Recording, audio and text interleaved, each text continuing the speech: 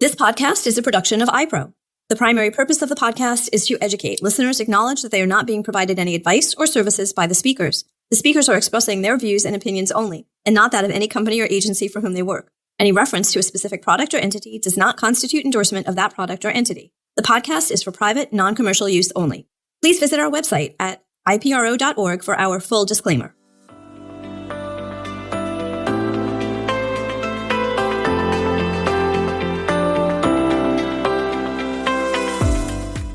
Welcome to the Kidney Cast, the podcast that focuses on end-stage renal disease.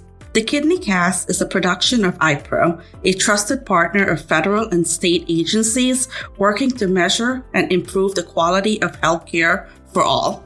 We are your co-hosts, Brooke and Shezeena Andiappen.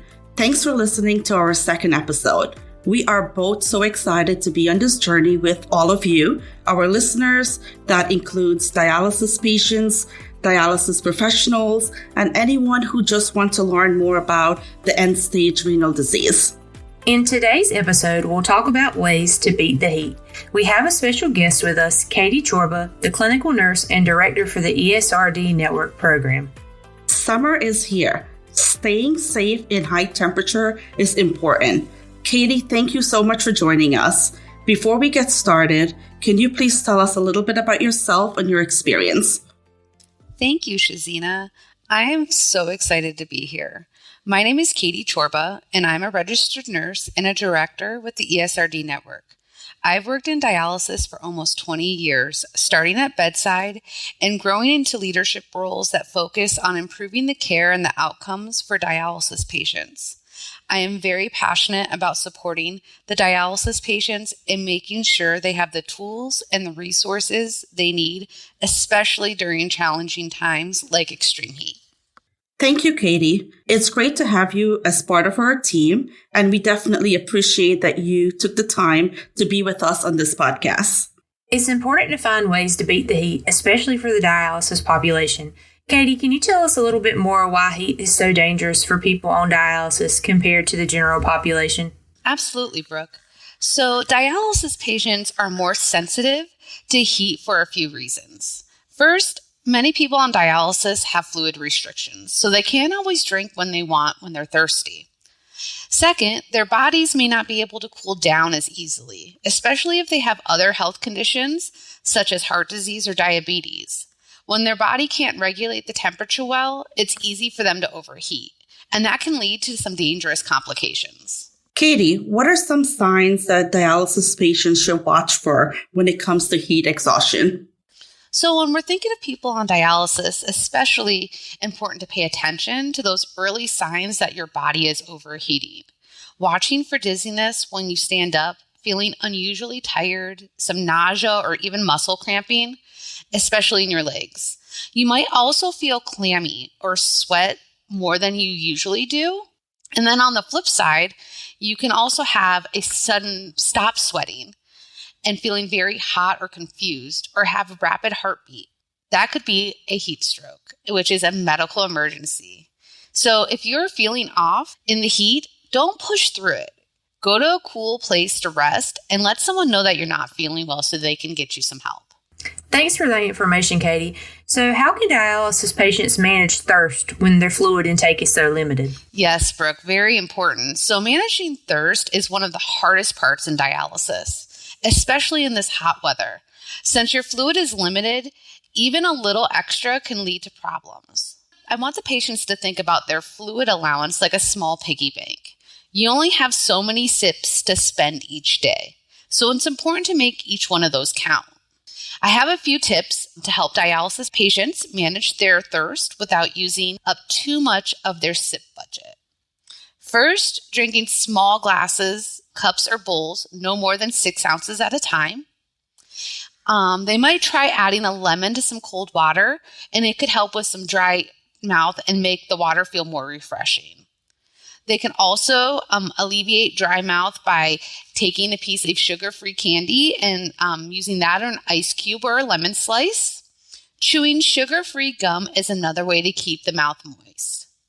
And lastly, always trying to avoid salty or sugary foods, as those are like turning up the thirst style. in your body. Great tips, Katie. Are there any kidney-friendly foods that can help patients stay cool? And are there any foods that patients should avoid? For example, watermelon or other foods that you would typically find at a summertime barbecue. That is a great question, Shezeena. So when it's hot out, it's tempting to go grab cold snacks like watermelon or ice cream. But not all the summer treats are safe for people that are on dialysis. Think of your kidneys like a water filter that doesn't work well anymore. Certain foods can clog that filter even more, especially those high in potassium or phosphorus. So when you're at a barbecue or a summer party, try using small portions of cold foods like cucumber slices, pineapple chunks, or frozen berries, if allowed by your dietitian. You should also watch out for high potassium fruits like watermelon and cantaloupe. They might seem refreshing, but they can be very risky. And when going to barbecues, go for more grilled chicken and vegetables instead of those salty hot dogs, ribs, or chips. Drinking cold water with lemon instead of sugary drinks like soda and sweet tea. And then always check with your dietitian to know which foods are right for you. Thank you, Katie. Those are all great tips. And another tip I'd like to add is to use the fake frozen ice cubes. Are there any other best tips for dialysis patients to beat the heat? Of course, Brooke. Yes, staying cool is really important, especially for dialysis patients, since their bodies can have a harder time dealing with the heat. But the good news is there are some really simple things they can do to stay safe. First, try avoid being outside during the hottest parts of the day. That's usually between the hours of 10 a.m. and 4 p.m. If you need to go outside, wear loose, light-colored clothing, and maybe even trying a wide brim hat to help block the sun. Another tip that I love to give is using a damp washcloth or a cooling towel. Just place it on your neck, wrist, or forehead to cool down quickly. And don't forget to rest often. If you start feeling tired, dizzy, or just off, that's your sign to stop and cool down. Fans can also help a lot too. And if you're drinking something cold, make sure it stays within your fluid limits. Even those little changes can make a huge difference. Great points. Thank you for sharing. Keeping your home cool is also important, especially if patients or someone does not have air conditioning. Does anyone have any tips or recommendations on how this can be done? Yes, you can close your blinds or curtains during the hottest part of the day, and you can use your fan in your home. And if there's a heat wave alert, visit a local cooling center near your home.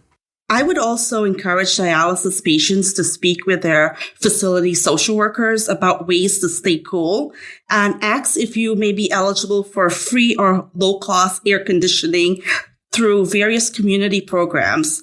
I know in New York, HEAP, which is the Home Energy Assistance Program, offers cooling assistance to eligible households. You can also check with the Office for Aging for resources, or you could even look into charitable organizations such as the Salvation Army or even local churches. Thank you, Shezeena. Katie, what are some ways that providers can support and educate patients on staying cool and beating the heat? It's important for those providers to remember that heat safety isn't just about being comfortable, it can also save lives. Patients might not always recognize the signs of heat stress or know how to manage thirst safely. There's a few things that providers can use to help their patients. By starting conversations early before the heat waves, they can also provide printed flyers in their waiting rooms. They're also able to help patients by planning meals and fluid intake around the hot weather. They can ask the patients about access to fans and air conditioning in cooling centers. And they can encourage patients to speak up if they're not feeling well or if they're seeming more thirsty than usual. Katie, thank you so much for all the information that you provided. And we definitely thank you for joining us today. This is such an important topic as we head into the hottest months of the year. Dialysis patients need to know how to stay cool and hydrate carefully. Links to more information about this work can be found on our website at esrd.ipro.org. If you are new or not familiar with what the ESRD Network Program does, please check out our network's resource called Empower Yourself to learn more. A video and booklet can be found on the ESRD Network Program website. Search for New Facility Staff Getting Started IPRO ESRD Network. That's it for this episode of the Kidney Cast. I'm Brooke Andrews. And I'm Shezeena Andiappen. On behalf of IPRO, thank you for listening. To learn more, visit our website at esrd.ipro.org. That's esrd.ipro.org. If you enjoyed this podcast, please leave us a comment and subscribe. Please let us know what topics interest you or what you would like for us to cover by emailing esrdnetworkprogram@ipro.org. We will be back soon. Until then, we'll be working on better healthcare realized.